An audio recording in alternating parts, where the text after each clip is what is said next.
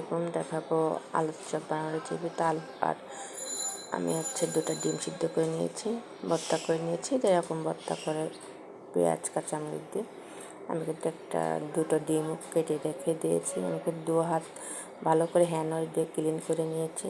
নিয়ে ভর্তা আলু আর এর ভিতরে ডিম দিয়ে দিব।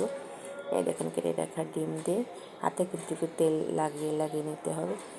আমার হয়ে গেছে। এরকম সবগুলো তৈরি করে নেব। দেখুন সবগুলো তৈরি করে নিয়েছি। নিয়ে এখন এটা বেসন,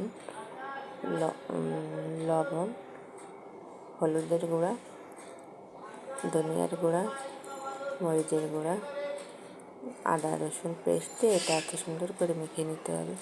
নিয়ে পরিমাপ মতো বেশ পানি লাগবে, অল্প অল্প করে দিয়ে এটা মেখে নিতে হবে। দেখেন বেটারটা গুলিয়ে নিয়েছে। এই পর্যায়ে এখন বেকিং সোডা দিয়ে দিয়েছি, পাউডার, একটু গরম তেলও দিয়ে নিয়েছি। নিয়ে এর ভিতরে এক এক করে আমার চপটা দিয়ে ভেজে নেব। দিয়ে দেখেন উল্টিয়ে দিয়েছি। দিয়ে এরকম ভেজে নিতে হবে। এটা কিন্তু খেতে অনেক মজা। এইভাবে কিন্তু উঠিয়ে রাখবো, এখন হয়ে গেছে। এইভাবে কিন্তু আপনার বেগুনিও ভেজে নেব ওই ব্যাটারের ভিতরে।